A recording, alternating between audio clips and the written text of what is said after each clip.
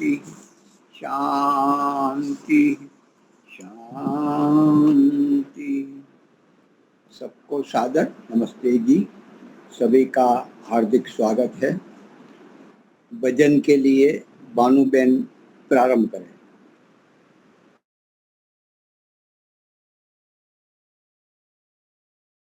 आपको आपकी आवाज अनम्यूट करना है। नहीं चाहे दिल दुखाना किसी का, नहीं चाहे दिल दुखाना किसी का, सदा न रहा है सदा न रहेगा, जमाना किसी का, नहीं चाहिए दिल दुखाना किसी का, नहीं चाहिए दिल दुखाना किसी का। बुलाया जो मालिक ने तो जाना पड़ेगा, शर्म से ये सिर फिर झुकाना पड़ेगा। बुलाया जो मालिक ने तो जाना पड़ेगा, शर्म से ये सिर फिर झुकाना पड़ेगा।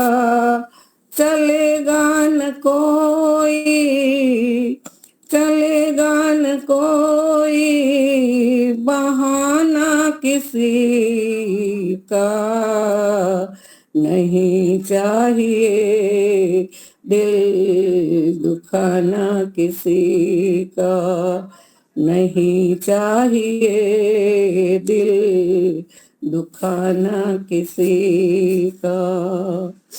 मानो एक आया का बुलावा आया, हर एक युग में ये होता ही आया। मानो एक आया का बुलावा आया, हर एक युग में ये होता ही आया।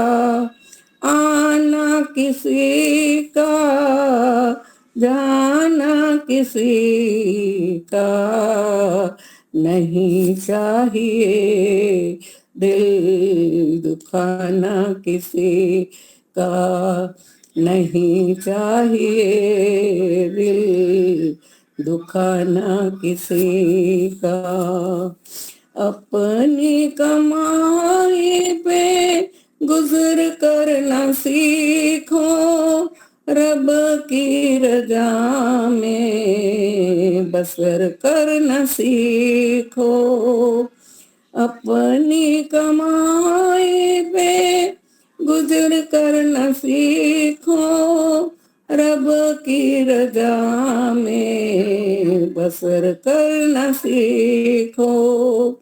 कभी न छीनो हक किसी का, नहीं चाहिए दिल दुखाना किसी का, नहीं चाहिए दिल दुखाना किसी का।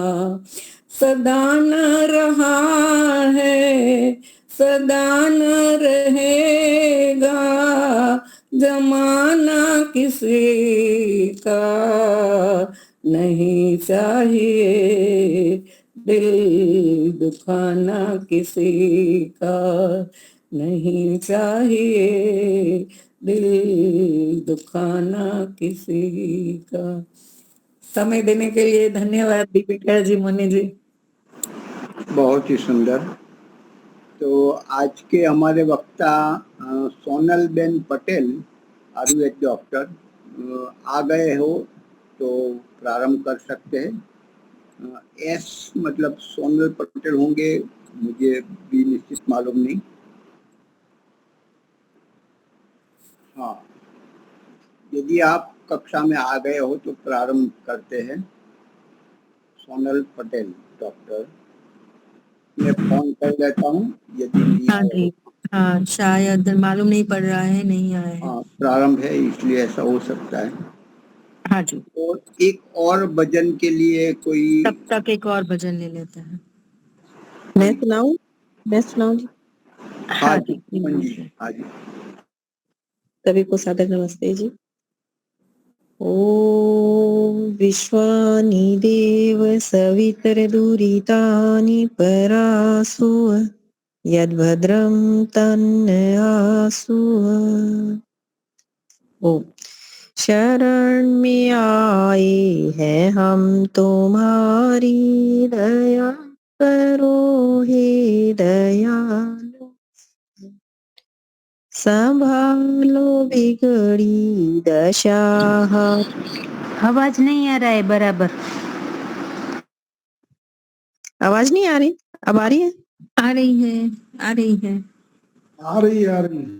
हाँ जी, संभालो बिगड़ी दशा हमारी, दया करो हे दयालु भगवन। ना हम में बल है ना हम में शक्ति, ना हम में साहस, ना हम में भक्ति।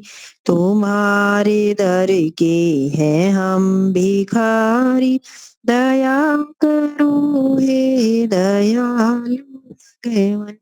शरण में आए हैं हम तुम्हारे, दया करो हे दयालु। सुना है हृदय तुम्हारे, तुम ही हो सच्चे पिता हमारे। तुम्हारे होकर है क्यों दुखारी, दया करो हे दयालु भगवन। शरण में आए हैं हम तुम्हारी, दया करो हे दयालु भगवन।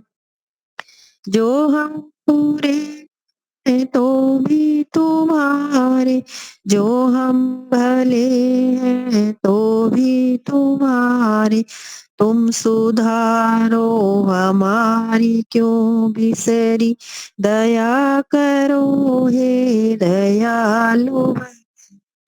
शरण में आए हैं हम तुम्हारे, दया करो हे दयालु। जो तुम हो स्वामी तो हम हैं सेवक, जो तुम हो पिता तो हम हैं बालक। जो तुम हो ठाकुर तो हम पुजारी, दया करो हे दयालु भगवन। शरण में आए हैं हम तुम्हारी, दया करो हे दयालु भगवन। प्रदान कर तो मन शक्ति, भरो हमारे में ज्ञान भक्ति। तभी कहाओगे न्यायकारी, दया करो हे दयालु भगवन। शरण में आए हैं हम तुम्हारी, दया करो हे दयालु भगवन। संभालो बिगड़ी दशा हमारी, दया करो हे दयालु भगवन। दया करो हे दयालु। आप सभी का बहुत बहुत धन्यवाद समय देने के लिए। बहुत बहुत धन्यवाद।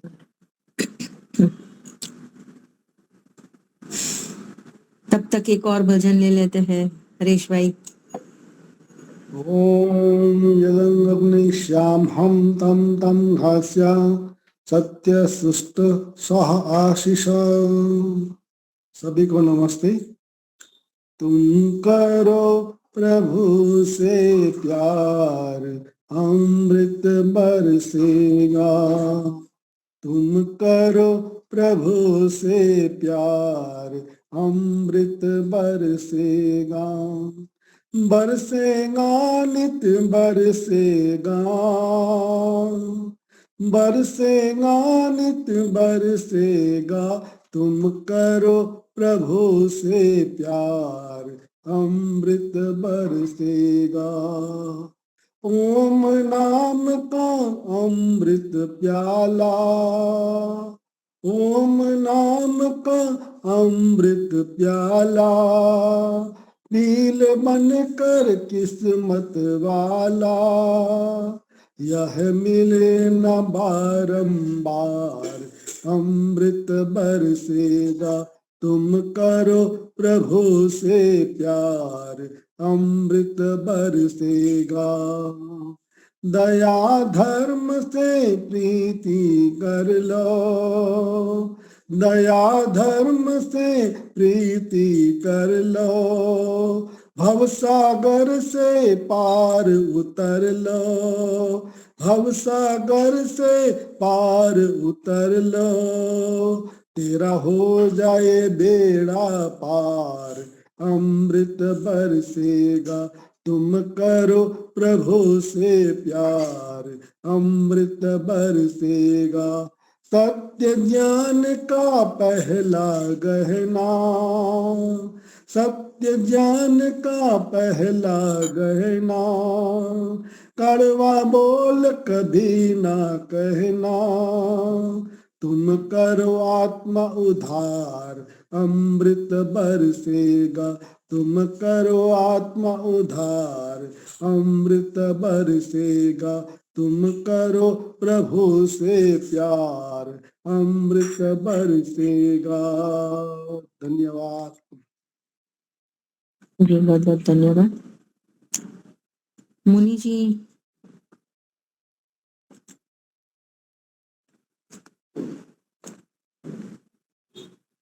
सोनल बहन एंटर हुए थे, वापस निकल गए।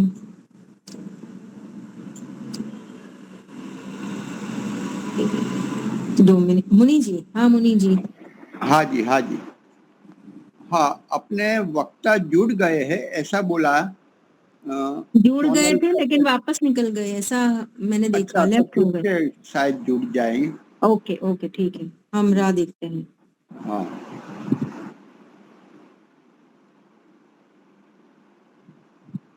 लुद्रा आपका फेस पूरा आ जाए। आपका आपको फेस पूरा थोड़ा थोड़ा दूर रखे। थोड़ा दूर रखना है बस। हाँ ठीक है, अभी ठीक है, चलेगा, ये बढ़िया। हाँ, मैं लुद्रा आयुर्वेदिक हॉस्पिटल और कॉलेज में यहाँ मेडिकल ऑफिसर स्त्री रोग विभाग हूँ। और मैं जो दिव्य बालक अवतरण का काम कर रही हूँ यहाँ। और वैसे 30 साल से मैं गांधीनगर में वो काम कर रही थी। अभी 2 साल से यहाँ भी कर रही हूँ। और मेरा आयुर्वेद में आयुर्वेदाचार्य में पढ़ी किया हुआ है।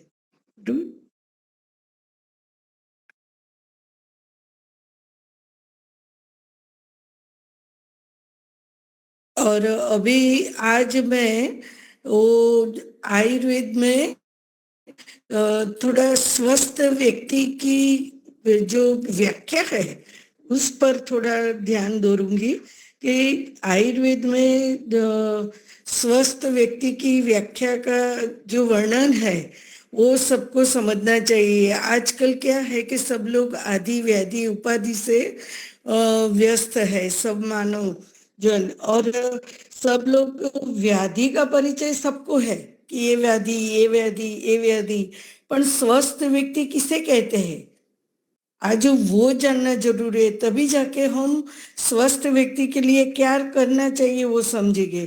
तो आयुर्वेद में स्वस्थ व्यक्ति की एक डेफिनेशन दी है कि स्वस्थ व्यक्ति किसको बोलते हैं। तो समदोष समग्निश्च समधातु मल क्रिया प्रसन्न आत्मेन्द्रिय मन स्वस्थ इत्यभिधीयते। समदोष मीन्स के वायु पित्त कफ ત્રણ દોષ સમ હોવા જોઈએ. સમદોષ સમગ્નિશ્ચ એટલે કે जठराग्नि और धात्वाग्नि मिलके 13 अग्नि है, वो 13 अग्नि सम होना चाहिए. समदोष समग्निश्च समधातु. समधातु मीन्स शरीर की 7 धातु है, रस, रक्त, मांस, मेद, अस्थि, मज्जा और शुक्र. आ 7 धातु से हमारा शरीर बना. जैसे ईट, रेती, माटी, पत्थर से मकान बनता है, वैसे हमारा शरीर रस, रक्त, मांस, मेद, अस्थि, मज्जा और शुक्र, ये 7 धातु से बनता है. तो वो 7 धातु भी सम होनी चाहिए. और फिर क्या कहते हैं कि मल क्रिया. मल क्रिया मीन्स जो हमारा मल है, झाड़ो, पेशाब और पसीना, और लेडीज में जो आर्तव आता है वो मल भी सम होना चाहिए. बरोबर. समदोष समग्निश्च समधातु मल क्रिया. और उसके लिए हम आहार एज औषध, आहार ही ऐसा लो ये सब चीज ठीक हो जाए. और दूसरा कि छोटी मोटी आयुर्वेदिक दवाइयाँ भी ले सकते हैं कि जो हमें नुकसान नहीं पहुंचाती, उससे भी ये ठीक हो सकता है. वो दोनों मिलके आहार एज औषध और छोटी मोटी दवाइयाँ जो लेते हैं तो वो सम अवस्था में आ जाती है पूरी लिटी. फिर दूसरी लिटी का कहाँ बोला कि प्रसन्न आत्मेंद्रिय मन. आत्मा, इंद्रिय, मन प्रसन्न होना चाहिए. तो प्रसन्न आत्मेंद्रिय मन ये भी दिए थे. ऐसे व्यक्ति को हम स्वस्थ कहते हैं. बरोबर. तो इसके लिए क्या, जो आत्मा, इंद्रिय, मन को प्रसन्न तो रखना है, पर इसके लिए क्या करे. तो आयुर्वेद में अष्टांग योग का बताया हुआ है. अष्टांग योग मीन्स के यम, नियम, प्राणायाम, प्रत्याहार, योगासन, ध्यान, धारणा અને समाधि. बरोबर.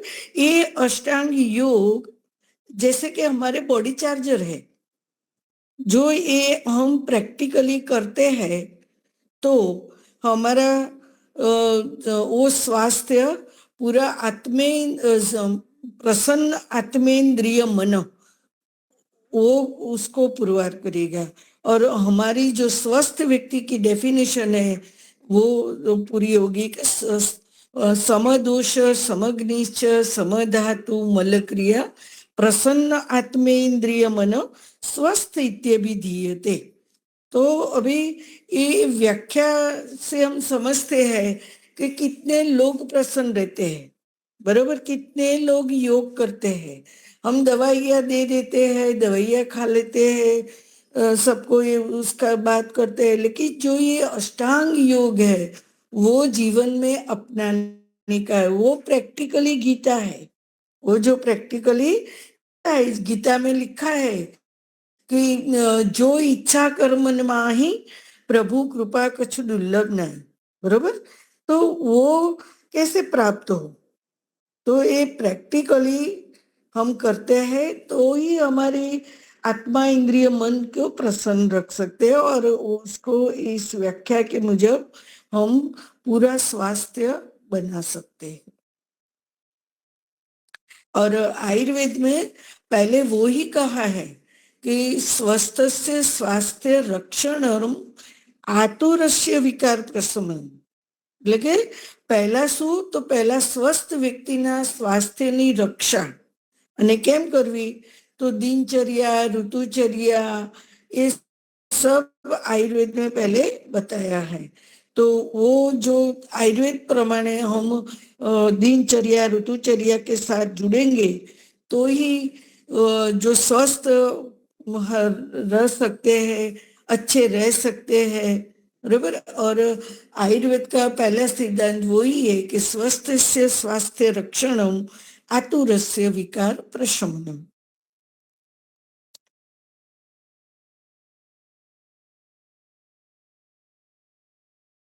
मैं आज पहली बार ऐसा इतना वो ऑनलाइन जुड़ के आपके साथ बोली हूँ. हाँ, कोई बात नहीं, बहुत अच्छा है. आप चालू बहुत अच्छा आप बोल रहे हो, बहुत अच्छी तरह से बोल रहे हो जी, चालू रखिए। मैं मेडिटेशन टीचर भी हूँ, बराबर।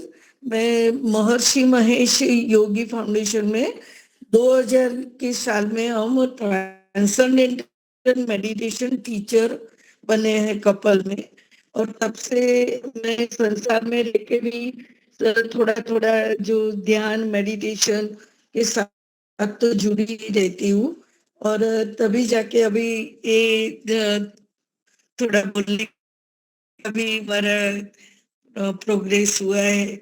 वैसे मौन ज्यादा रहती थी मैं, पर तो ये मेडिटेशन सबको करना चाहिए, ये भी मैं कहती हूँ। ध्यान से जुड़ना चाहिए, अष्टांग योग से जुड़ना चाहिए, और सभी को उसके बाद लिए जागृत भी करना चाहिए, बरोबर।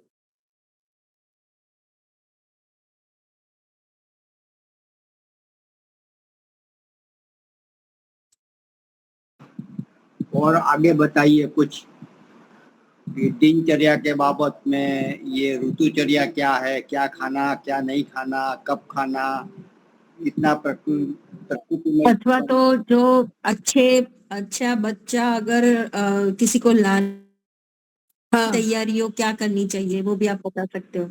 हाँ, तो मैं तो ये जो दिव्य बालक का अवतरण का बोल रही हूँ, इसमें तो हमें ये जो स्वस्थ व्यक्ति का निर्माण करना है, तो स्वस्थ व्यक्ति पर ही ध्यान लेना पड़ेगा, बरोबर।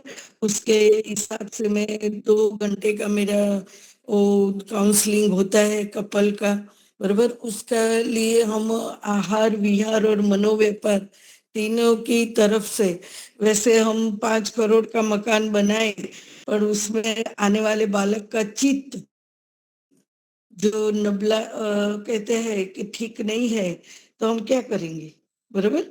तो वैसे पूरी तरह से आहार विहार और मनोव्यापार, तो सभी तरह से हमको कपल को तैयार करना पड़ेगा। और वो जो आपका जो आश्रम का जो शुद्ध विचार वाला वातावरण है, ऐसे वातावरण भी उसको प्रोवाइड करना पड़ेगा। थोड़े दिन ऐसे हमारे आसपास जो वातावरण का प्रदूषण है ना, वो बहुत है। हम लोग अभी प्रदूषण प्रदूषण करते हैं, लेकिन जो वैचारिक प्रदूषण है ना, बहुत है अभी तो व्यक्ति को ऐसे शुद्ध वातावरण में थोड़ा टाइम भेजना चाहिए, कपल को भेजना चाहिए कि शुद्ध वातावरण में रह के अच्छे विचार, अच्छे से जुड़े। अभी ज्यादा प्रॉब्लम भी क्या होता है कि प्रेगनेंसी तो रहती है, लेकिन 1.5 महीने 2 महीने में वो गिर जाता है बच्चा, बरोबर। तो ये सब प्रॉब्लम अभी ज्यादा आता है। इतने सारे आईवीएफ सेंटर हो गए, जैसे कि कितने सारे आईवीएफ सेंटर हो गए, तो वो सब कारण हमारी दिनचर्या ऋतुचर्या बोलो या हमारी लाइफस्टाइल, ये सब चीज इसमें है, बराबर। तो ये सबके लिए जो जो अच्छे बालक चाहते हैं उनके लिए ये सब जरूरी है, और डिटेल में कपल को ये सब समझाना पड़ता है। वैसे 1-2 घंटे में मैं समझाती हूँ, लेकिन उसका तो जितना समय लो उतना कम है, बराबर। वो सब जो आयुर्वेद में तो सब चीज बताई है। 3 महीने पहले उनका हमें प्रोग्राम तो करना पड़ता है, और फिर जो 9 महीना रहते हैं बालक तभी, और जब डिलीवरी हो जाए तो उसके बाद में भी हमें खूब ध्यान रखना पड़ता है।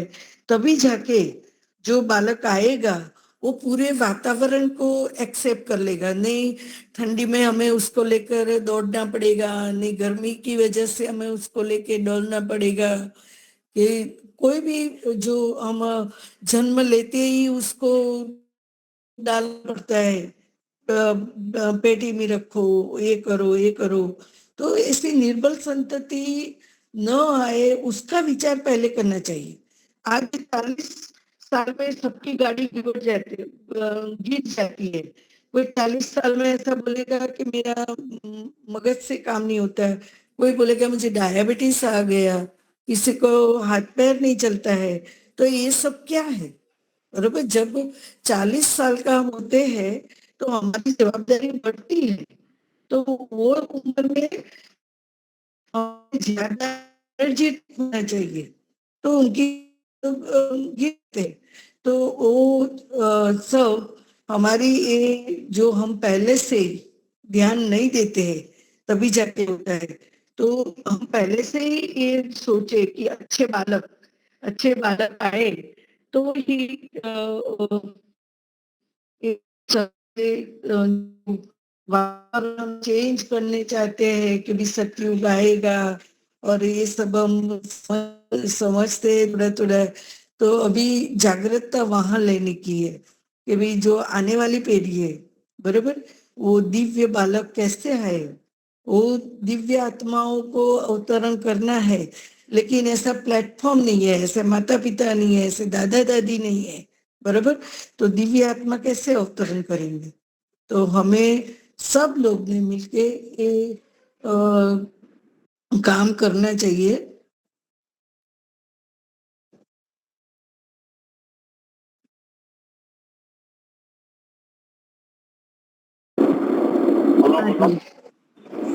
और किसी को कोई पूछना हो बहन से पूछ सकते हैं, हाँ मार्गदर्शन। मुनि जी, नमस्ते वैद्यवन।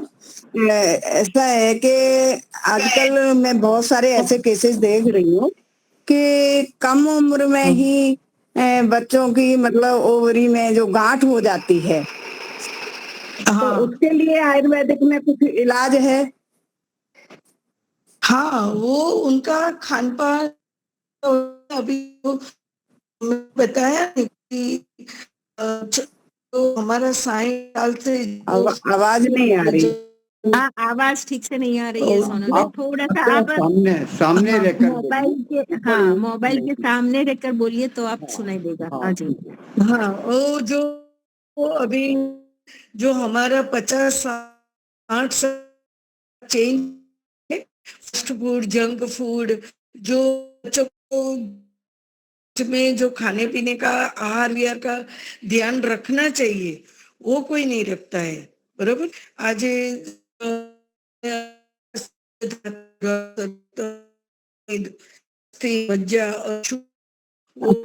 नहीं, ठीक से नहीं सुनाई देता, बहुत ही कट कट की आवाज आ रही है।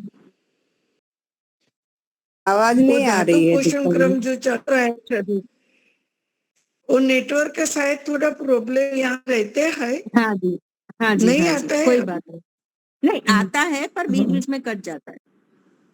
हाँ, तो यहाँ हमारी हॉस्पिटल में थोड़ा लोधरा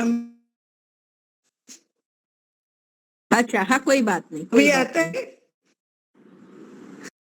है। हाँ, तो हाँ जी, आता है। वो 3 पड़ता है। एक तो हमारा खुराक जो 60 साल से बदल गया है। दूसरा कि जो हमारा जो हम लोग मोबाइल है, कंप्यूटर है, पसंद है, तो उसकी वजह से जो गर्भाशय और वो पोतड़ी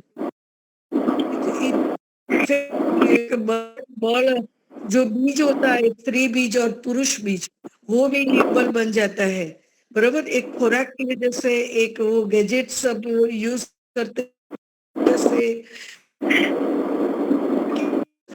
जो बरोबर भी रहा है, लेकिन 20 साल में मैरिज हो जाता है, बरोबर। बीज वो एनर्जी वाला, लेकिन अब 30 साल 32 साल में मैरिज करते हैं, 30-32 साल में ऑटोमेटिक बीज 10 साल का वृद्ध हो गया।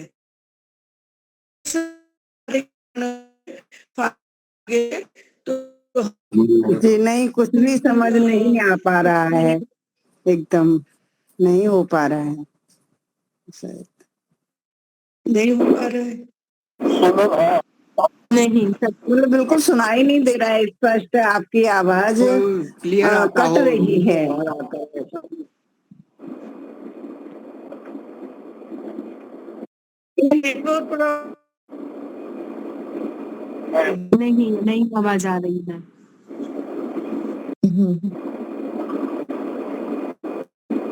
आप अपना मोबाइल स्थिर रखिए टेबल पर, और फिर आप बोलते रहिए तो तो लगातार फिर आप एक ही थोड़ा सा बाहर, दिशा में रहेगा आवाज। हाँ अदरवाइज आप थोड़ा सा बाहर निकल जाइए क्योंकि खुले में अगर शायद नेटवर्क ठीक से आएगा।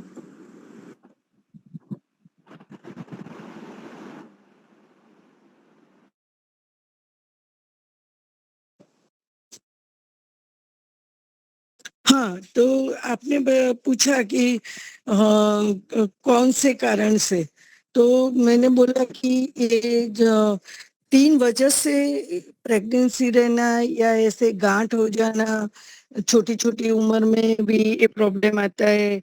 तो उसका रीजन यही है 3, कि जो हमारी लाइफ स्टाइल है उसमें एक तो हमारा, एक तो 50-60 साल से जो 50-60 साल से जो हमारा फास्ट फूड वगैरह जो खुराक का चेंज हो गया है, उसकी वजह से हमारा स्त्री बीज पुरुष बीज वो सब वैसे निर्बल हो गया है। और दूसरा कि जो हम लोग गैजेट उपयोग करते हैं, मोबाइल है, लैपटॉप है, फिर ये कंप्यूटर है, सतत हम उसके संपर्क में रहते हैं, तो उसकी वजह से भी जो गर्भाशय है और जो वृषण कोथली उसके पर उसका असर पड़ता है। और तीसरा बोलूं तो लेट मैरिज, तो जो 22-24 साल में मैरिज हो जाना चाहिए, तो उसकी वजह से क्या होता है कि 22-24 साल में जो बीज में हाईएस्ट एनर्जी होती है, वो 30-32 साल में जो लेट मैरिज होता है, तो वो ऑटोमेटिक आपका बीज थोड़ा निर्बल होता है, बरोबर। और वो सब कारण की वजह से भी संतति निर्बल आती है। तो ये उसके लिए हम बहुत सारे ध्यान रखना पड़ता है। और वो छोटी छोटी बच्चियों में भी जो आप बोल रहे हैं कि छोटी छोटी बच्चियों में भी ये प्रॉब्लम आ रही है, तो उसका वजह यही है। और हमारी लाइफस्टाइल, थोड़ा आहार विहार, खुराक पानी और आयुर्वेदिक दवाइयाँ उसमें बहुत अच्छा काम करती है। आयुर्वेद दवाइयों उसमें कोई साइड इफेक्ट भी नहीं है। और ये जो गायनेक की बात बोलूं, तो गायनेक में जो हार्मोनल जो है सब आयुर्वेदिक दवाई से अच्छा होता है। जी, अभी ये बच्ची हाँ है ना जी 20-22 साल की है जिसको ये समस्या है, हाँ, तो समस्या है। अभी हाँ बहुत उसको बहुत अभी हमारे कॉलेज में भी छोटी छोटी बच्चियां तकलीफों ऐसे ही लेके आती है। जी धन्यवाद सोनल बेन विद्या जी।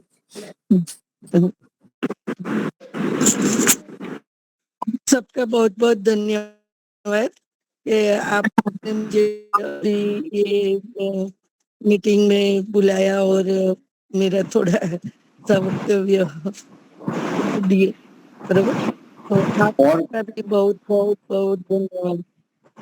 और किसी को कुछ जी पूछना आपका हो बहुत तो बहुत पूछ सकते हैं, हमारे ऑनलाइन में जुड़े हुए अब अपने लिए औरों के आप लिए। सब लोग आपका भी हाँ, आप अपनी हॉस्पिटल में क्या क्या है, क्या क्या विभाग है, क्या क्या सेवा दे रहे हो, किस ट्रस्ट के द्वारा चल रहा है, वो जरा थोड़ी बातें बताइए। और कॉलेज भी वहाँ आप चल हाँ रही थी, वो भी जरा बताइए। हाँ, हमारे यहाँ साइंस सीट का बच्चों की आयुर्वेदिक कॉलेज चल रही है। और यहाँ हॉस्पिटल में सभी विभाग है, सभी कंसल्टेंट है सभी विभाग के। उसमें हम काय चिकित्सा विभाग है, फिर वो पंचकर्म का विभाग अलग है, स्त्री रोग का विभाग अलग है, बाल रोग का विभाग अलग है, और जो शालाक्य विभाग, तो उसमें भी जो दंत रोग वगैरह, आंखों का प्रॉब्लम, ये सब का विभाग भी अलग है। और शल्य विभाग, तो शल्य मीन्स के जो उसमें हम हरस मसा भगंदर वो सब सर्जरी का भी यहाँ होता है। और आयुर्वेद पद्धति से सब यहाँ वो ट्रीटमेंट अच्छी करते हैं सबको। तो ये भी विभाग हमारा बहुत अच्छा यहाँ चल रहा है। और ये हॉस्पिटल में ये सब काम धीरे धीरे अच्छे से कर रहे हैं, सभी कंसल्टेंट यहाँ काम कर रहे हैं। पंचकर्म भी क्या होता है पंचकर्म, और कैसी कैसी सुविधा है? यदि औषधि बनानी बाहर से लानी हो तो आपसे यहाँ उपलब्ध होती है या तो उपलब्ध करवाते हैं? हाँ, दरेक कंसल्टेंट और ये हॉस्पिटल में ये सगवड़ है हमारे यहाँ। तो जो दवाई या पंचकर्म में क्या है, वो शुद्धिकरण का एक होता है, बरोबर। तो वमन, विरेचन, नश्य, बस्ती, वो जड़ों का उपचार भी होता है। तो ये सब शरीर की जब सप्त धातु डीप में सब रोग को लेकर जाती है, बरोबर, तब जाके वो भी करना पड़ता है, पंचकर्म शुद्धिकरण भी। और वो ट्रीटमेंट लेके रोगी को मुक्त कर सकते हैं हम। और यहाँ अच्छे से हमारा ये काम भी चल रहा है। निवास की भी व्यवस्था क्या है? कभी हाँ, किसी को हॉस्पिटल में 60 बेड की हमारी हॉस्पिटल है। और रुकने की पण व्यवस्था है, बरोबर। आप रुक के भी कर सकते हैं, कोई जो रुकना चाहते हैं तो रुक सकते हैं, नजदीक का है। और सुबह 9 बजे आके फिर 4 बजे जाना है तो ये भी कर सकते हैं। कि उसको ये जो पंचकर्म वगैरह कर्म ऐसे है कि पूरी दिन उसका देख रेख में रहना है, तो वो भी तब करते हैं। और कभी कभी अत्यारे व्यस्त जीवन में सब लोग को जाना पड़ता है, तो वो उसका भी कंसल्टेंट उसके हिसाब से सब प्रोग्राम बनाते हैं और सब काम अच्छे से करते हैं। और आज हम आपके यहाँ आए थे तो हमारे आँख का विभाग हमने देखा, वहाँ भी परीक्षण किया। हाँ, हमारे एक ब्रह्मचारी को हाँ, तकलीफ थी, बहुत सिर दर्द हो रहा था, चश्मा थे लेकिन वो दूर के थे, नजदीक के नहीं थे। तो आज वो हाँ, चश्मा का नंबर भी दिया और भी औषधि बताई, क्या क्या लेना है वो भी बताया। ऐसे 3 हमारे हाँ, कर्मचारी आँख के ही तकलीफ वाले थे। और वो भी आचार्य हाँ, खगेश जी, जो बड़े व्याकरणाचार्य बड़े हैं और केवल 25 वर्ष उनकी उम्र है। तो हमें लगता है कि कितना जीवन जीना है, और अभी से 25 वर्ष से ये स्थिति है। व्याकरणाचार्य होते हुए, अच्छा विद्वान होते हुए शरीर पर, आंख पर ज्यादा जोर दिया, शरीर पर ज्यादा नहीं दिया, और वो चल भी नहीं सकते वो स्थिति। अभी धीरे धीरे वो उदयपुर गए और उदयपुर में उसका जो चेंज करवाना था पैर का, वो करवा के अभी चलने के लिए वो तैयार हुए। इस प्रकार से बहुत आप ये चिकित्सा आँख के लिए, बगंदर आदि के लिए, और पंचकर्मा है जो हम बार बार हमें कोलौड़ा जाना पड़ता है, तो सबसे बढ़िया आपका बिल्कुल नजदीक आ गया है, पास में ही आ गया है। तो हम भी आपका लाभ लेंगे, और आप भी जरूर हमारे हवन से संस्कार करवाने हो, कुछ भी किसी भी प्रकार का हो, आप आओ, आपने आपके पेशेंट को भी यहाँ भेजो, रहने के लिए भी यहाँ पेशेंट को व्यवस्था मैं हो। जरूर भेजूंगी। मैं यही सोच रही हूँ कि जो पेशेंट अच्छे वातावरण में रहना चाहता है और अच्छा बालक चाहता है, मैं समझाऊंगी उसको। और जिस चीज को अनुकूल रहेगा, 2 दिन, 4 दिन, 7 दिन, तो वो तो आपके आश्रम में मैं भेजूंगी, जरूर भेजूंगी। ये वो आपका आश्रम का पवित्र वातावरण मैं देख चुकी हूँ, मैं अनुभव चुकी हूँ कि ये कितना अच्छा है, बरोबर। तो मैं अभी जो दिव्य ठीक, बिल्कुल। बालक का जो काम है, तो वो जरूरी है। बिल्कुल, बहुत बढ़िया। अभी हमारे एक आदिवासी क्षेत्र जो रतनपुर अर्थात अंबाजी के पास है, तो वहाँ 3 बच्चे ऐसे थे, इनको तीनों बच्चों को उनको नजदीक से दिखाई देता था, लेकिन 3 फुट से दूर उनको नहीं दिखाई देता था। फिर वो अहमदाबाद गए, कैंप में गए, फिर उनको कोलौड़ा भी चेकअप कराया और कोलौड़ा में 2-3 दिन के बाद ही फर्क पड़ने लगा। मतलब अच्छी तरह से कुछ पॉजिटिव सुधारा हो रहा है और उसको अभी एडमिट किया है, तो 1 सप्ताह 15 दिन बोलते कि 15 दिन यहाँ रखना पड़ेगा, तीनों बच्चे का जीवन बिल्कुल सुधर जाएगा। तो कितना बढ़िया। और उन्होंने, हमारे आचार्य थे, तो उन्होंने कहा कि मुझे दूध पिलाना पड़ेगा, क्या करेगा। मैंने अपनी बाइक भी दे दी, मेरे को 1 सप्ताह के लिए, आप दूसरे को मैंने दी थी। तो ये काम यदि यहाँ से भी हो जाए, वहां तक ना जाना पड़े हम सबको लिए, तो हमारे लिए बहुत ही बढ़िया काम है, हमारे लिए आशीर्वाद रूप है। आप इतना देर से क्यों मिले, मैं ये प्रश्न सोच रहा हूँ।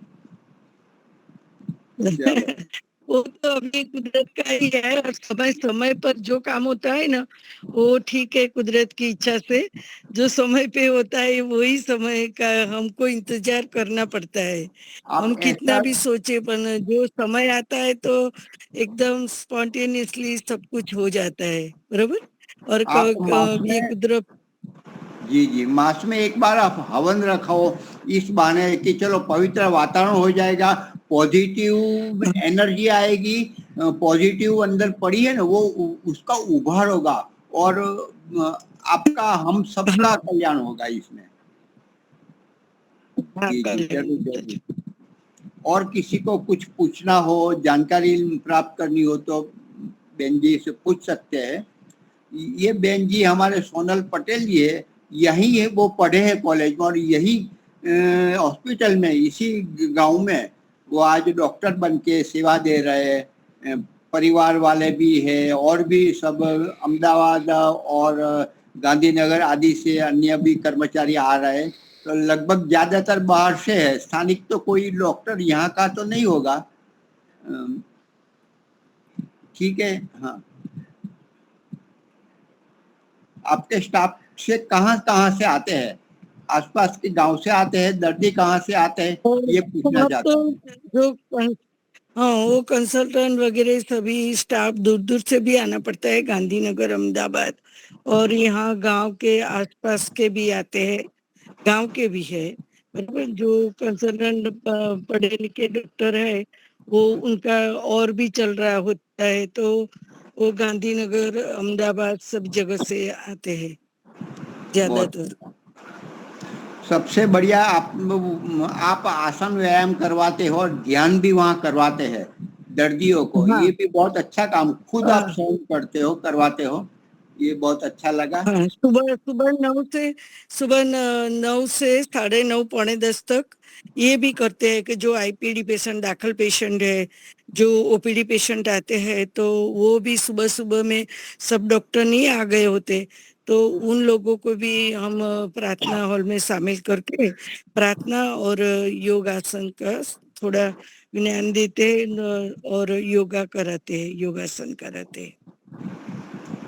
हाँ, वो मैं जो आज गया था, जो मालिश करवाते थे, उसका घी का, तेल का, तो बहुत अच्छी तरह से वो साधन से अपने हाथ से भी कर रहे थे। तो यदि यही वस्तु हम प्राइवेट में जाते तो 40-50 हजार ले लेते हैं, 4 दिन रुकेंगे और बड़ा खर्चा होता, और यहाँ इतना राजा रानी को जो सेवा मिलती है वैसी यहाँ से आप लोगों से देते हो कोलौड़ा, और आपके यहाँ भी इस प्रकार से, तो इसका लाभ बिल्कुल लेना चाहिए। एलोपैथी से हमें बिल्कुल बचना चाहिए।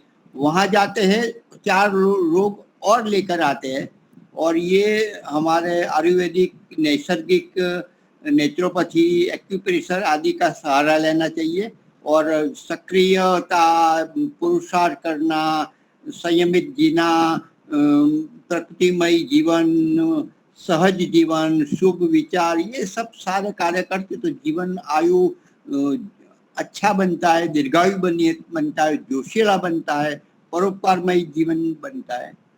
तो बहुत बहुत धन्यवाद, आप आए और हमें थोड़ा मार्गदर्शन किया। हमारे प्रश्न कुछ कुछ थे तो वो भी आपने समाधान और अच्छी तरह से बताया। बहुत बहुत धन्यवाद जी। आप सबका भी बहुत महेंद्र बहुत जी, धन्यवाद। भविष्य में मेडिटेशन की एक क्लास ये ले तो हम लोग उनका लाभ लेंगे। हाँ, जरूर जरूर जरूर। हाँ, अभी तो 15 मिनट 10 मिनट तो है, अभी थोड़ा हाँ, बताना चाहें तो बता सकते हैं। आप 15 मिनट आप बताइए, कोई बात नहीं। ये तो हमारा धार्मिक और आरोग्य सब मिक्स है। हाँ, बिल्कुल बताइए। अभी है 15 मिनट हमारे पास, 12 से 15 मिनट आराम से। हाँ, तो ध्यान का थोड़ा अच्छा परिचय मैं देती हूँ। तो ध्यान योग, तो उसमें मुख्य योग किसका है? तो ध्यान योग में मुख्य मन और आत्मा का योग, बराबर। और मन और आत्मा का योग क्यों करना चाहिए? तो आत्मा हमारा 3 गुणों का भंडार है, एनर्जी, इंटेलिजेंस एंड हैप्पीनेस। ये तीनों का भंडार हमारा आत्मा। हम लोग जनरल ऐसे बोलते हैं आत्मा ओज परमात्मा, परमात्मा की एक लहर या परमात्मा का एक अंश हमारी आत्मा है, बराबर। तो वो एनर्जी, इंटेलिजेंस और हैप्पीनेस सचित आनंद का भंडार है, बराबर। अब हमारा मन जो ऊपरी लेवल से काम करेगा उसके वो भंडार में जाएगा। उसके लिए मैं एक उदाहरण देती हूँ। जैसे हमारे पास एक करोड़ों का बैंक बैलेंस है, फिर हम बैंक में जाते नहीं और पर्स भरते नहीं और सब जगह घूमने फिर जाए, कोई अच्छे मॉल में क्या मार्केट में घूमने निकले, तो हमारी हालत कैसी होगी? हम कुछ नहीं कर पाएंगे, नहीं खाना पीना, नहीं कपड़ा लत्ता, नहीं दर दागीना, कुछ नहीं ले पाएंगे। लेकिन जब हम बैंक में जाए, पर्स भर ले और फिर मार्केट में उपड़े, तो क्या कैसी मजा आ जाएगी? जो लेना है सब लेकर। वैसे ही सुबह में जब उठते हैं और तुरंत हम जो हमारे बैंक में नहीं जाएंगे और सुबह में ऐसे ही हमारा मन निकल पड़ेगा कि टीचर का काम, डॉक्टर का काम करे, इंजीनियर का काम करे, फिर वो जो हाउसवाइफ है उसका काम करे, विद्यार्थी का काम करे, तो उससे क्या होगा? वो बिना एनर्जी, इंटेलिजेंस, हैप्पीनेस के बिना निकला है, बरोबर। और कुदरत ने क्या किया, जैसे हमको व्यवहार में रुपया की जरूरत पड़ती है, एक एक डब के लिए रुपये की जरूरत है, बराबर। वैसे जीवन में एक एक डग के लिए एनर्जी भी चाहिए, इंटेलिजेंस भी चाहिए और हैप्पीनेस चाहिए। ये तीनों बिना हम नहीं चल सकते। इसीलिए कुदरत ने आत्मा रूपी करोड़ों का बैंक बैलेंस हमें यहाँ भेजा है, देकर भेजा है, और सबको एक सरखा भेजा है, किसी को कम या किसी को ज्यादा नहीं। हमें सबको एक सरखा एनर्जी, इंटेलिजेंस, हैप्पीनेस का करोड़ों का बैंक बैलेंस आत्मा रूपी सबको दिया है। लेकिन किसका मन उसमें जाता है और लेकर आता है और यूज करता है, बराबर, वो पर डिपेंड होता है। आप समझ सकते हैं ना मैं बोलती हूँ? समझते हाँ जी, हैं? हाँ जी, हाँ जी, हाँ, हाँ समझ जी, में आता है। हाँ, जी जी जी, अच्छे से। हाँ, तो हमारा जो आत्मा है वो 3 गुणों का भंडार है और उसके पास सुबह शाम जाना चाहिए। योग करो, काम करो। वैसे कृष्ण भगवान ने एक ही लिटी की प्रैक्टिकली गीता बोली थी। अर्जुन को एक ही लिटी में गीता की थी कि भाई योगस्थ कुरु कर्माणि, योगस्थ कुरु कर्माणि, योग कर काम कर, योग कर काम कर। किसका योग? तो मन और आत्मा का योग। तभी जाके सभी सिचुएशन ठीक हो पाएगी। मन और आत्मा का योग करके आप निकलेंगे, हर रोज मन और आत्मा का योग करेंगे तो ही जो इच्छा कर मन माही, प्रभु कृपा कछु दुर्लभ नहीं, वो हमको जीवन में देखना मिलेगा। बरोबर। नहीं तो वैसे उपली मन से हम सब काम करते रहेंगे तो उसमें कोई बल है नहीं, वो मन में कोई बल है नहीं। तो वो जो हम बोलते हैं कि हमारा काम पूरा नहीं होता है, अभी ऐसा क्यों, हमने तो बहुत प्रयत्न किया, बरोबर। तो take it easy as it come, जो जीवन को बनाना है, बरोबर। तो ये ध्यान तो हमको हमें सबको करना ही चाहिए। और ध्यान करना ऐसा नहीं है कि हिमालय में चले जाओ, बंद कोठरी में बंद रह के करो, बरोबर। एक पूरी पद्धति जो हमको पता चल जाए ना, तो ध्यान हम सभी जगह कर सकते हैं। पूरी उसकी माहिती होनी चाहिए। वैसे ध्यान करना सबके लिए बहुत जरूरी है। वो मन और आत्मा का कनेक्शन है। तो बहुत जी बढ़िया। बहुत अच्छा। चलो, तो अच्छा समय जी, भी बहुत बहुत लगभग धन्यवाद। आत्मा का भोजन दे दिया, शरीर स्वास्थ्य के लिए समदोष समाग्निच समदातु क्रिया प्रसन्न आत्मेन्द्रिय मन स्वस्थित्यवदीयते। तो आत्मा के बारे में, आत्मा स्वस्थ रहना, शरीर स्वस्थ रहना, जड़ चेतन के बारे में और प्रभु का बारे में बहुत अच्छा बोल दिया। बहुत बहुत धन्यवाद। सुनील बहन जी का सबका बहुत भी बहुत बहुत धन्यवाद। धन्यवाद। बहुत बहुत अच्छा लगा, बहुत बहुत अच्छा बहुत लगा। आप ऑनलाइन में तैयार होकर आते रहिए, मतलब आपने प्रवचन वक्तव्य ऑनलाइन ये स्क्रीन पर ऐसे नहीं दिया है, तो आप हम अभी आपका मेडिटेशन में लाभ है ही, लेना चाहेंगे। फिर भी इंटरनेट का थोड़ा प्रॉब्लम ऐसा लगता है। मेडिटेशन में तो आप मैं इसका लाभ दीजिएगा। नहीं, चौक्कस जरूर मैं बहुत बहुत धन्यवाद। तो यदि बहुत बहुत धन्यवाद। कोई शंकर जी है, यदि शंकर जी हो तो शांति पाठ नहीं है, तो आवाज आ रही है? हाँ आ रही हाँ है। जी, मैं क्लास में हाजिर हूँ। चेहरा शायद न पहुंचता हो लेकिन मैं क्लास में हाजिर हूँ। कल मैं बहुत दूर चला गया था अन्नप्राशन संस्कार कराने तो कल मेरी गैर हाजिरी रही। वाह, इस उम्र में भी 86 वर्ष की उम्र में आप करवाते हो, बहुत बढ़िया। मैं अपने घर से 40 किलोमीटर दूर गया था और शाम सवेरे 8 बजे निकला था और शाम के 5 बजे घर पहुंचा था।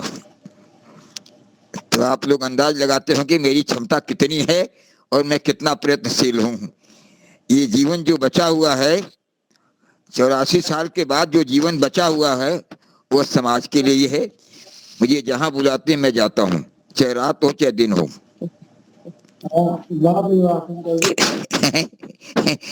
तो घड़ी में 2 मिनट बाकी है ना? हाँ जी, हाँ, 5 मिनट बोलिए, कोई चिंता नहीं। आज मैं थोड़ी सी बात करूंगा। जब हम लोग पूजा यज्ञ के लिए यज्ञ वेदी पर बैठते हैं, यज्ञ वेदी सजाई जाती है, वहां पर कलश स्थापित किया जाता है। कलश जानते हैं ना? कलश। हाँ हाँ हाँ हाँ। तो कलश में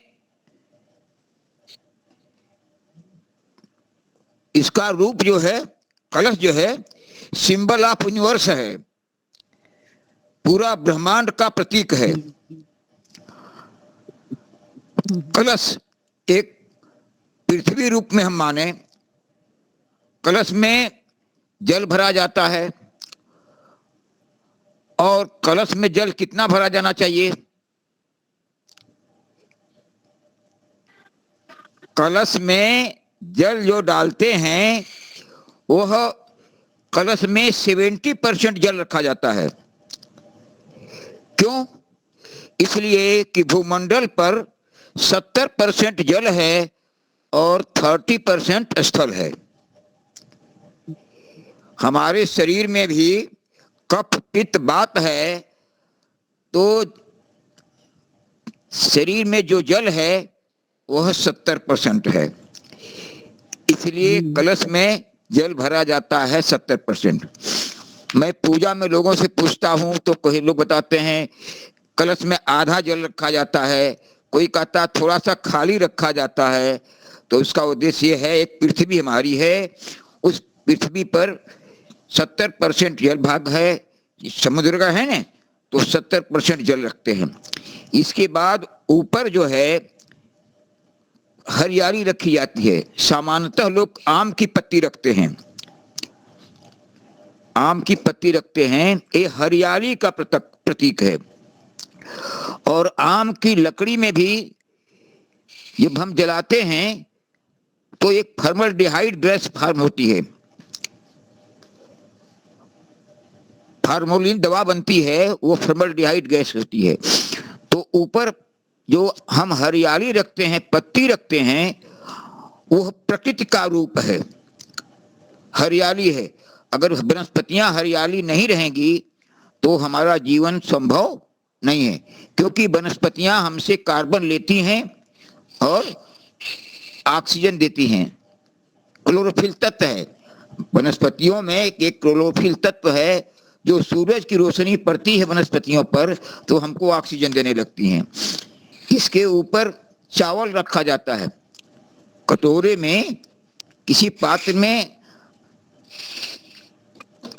हरियाली पत्ती के ऊपर चावल रखते हैं। कोई गेहूं रखता है, कोई चावल रखता है, कुछ अन्न रखता है। वो अन्न हमारे जीवन के लिए है। और उसके ऊपर एक दीपक रखते हैं। तो अन्न मतलब जो हमारा आम की पत्ती है और दीपक है, यही अंतरिक्ष है। पहले तो हमारी पृथ्वी है, पृथ्वी लोक है, अंतरिक्ष है और ध्रुवलोक है। तो दीपक और दोनों के बीच में अंतरिक्ष है, उसके ऊपर दीपक रखा जाता है, वो ध्रुवलोक है। सूरज है ना, सूरज चंद्रमा सारे चीज हैं, यह ध्रुवलोक है। इस तरह से जब हम कलश को स्थापित करते हैं तो पृथ्वी लोक, अंतरिक्ष और ध्रुवलोक तीनों का प्रतीक हमारे सामने आ जाता है। यही पूजाओं में हमारे है। और हमारे तरफ पौराणिक व्यवस्था में, इधर उत्तर प्रदेश में पौराणिक व्यवस्था में गोबर का 2 पिंड बनाते हैं, एक गौरी बनाते हैं, एक गणेश बनाते हैं। जो ये लोग इसमें शामिल होंगे क्लास में, 2 चीजें पौराणिक व्यवस्था रखते हैं, लेकिन उनका उद्देश्य कुछ अलग ही है। यही हमारी जो है कलश है, ब्रह्मांड का प्रतीक है। और जब भी पूजाएं होती हैं तो ये सामान्य रूप से रखा जाता है। 3-4 मिनट समझ बीत गया ना, क्लास पूरा हो गया, शांति पाठ होगी अभी शांति पाठ कर रहा है जी। आवाज जा रही है? हाँ जी, प्रारंभ करें, शांति पाठ प्रारंभ करें। शांति पाठ। ओम ध्यो शांति अंतरिक्षम शांति पृथ्वी शांतिरापः शांतिरोषधयः शांतिर वनस्पतयः शांतिर्विश्वे देवा शांतिर्ब्रह्म शांति सर्वं शांति शांतिरेव शांति सामा शांतिरेवि। ओम शांति ही शांति ही शांति। जय घोष। जो बोले सो अभय। सनातन वैदिक धर्म की जय हो। मर्यादा पुरुषोत्तम भगवान रामचंद्र की जय हो। जय योगीराज भगवान कृष्णचंद्र की जय हो। व्याकरण सूर्य गुरु विरजानंद की जय हो। युग प्रवर्तक महर्षि दयानंद सरस्वती की जय हो। स्वामी श्रद्धानंद की जय हो। भारत माता की जय हो। गौ माता की जय देश के अमर शहीदों की हो। वेद की ज्योति जलती ओम का झंडा ऊंचा रहे आर समाज हमारा सत्यार्थ प्रकाश घर घर बोले प्रणव ध्वनि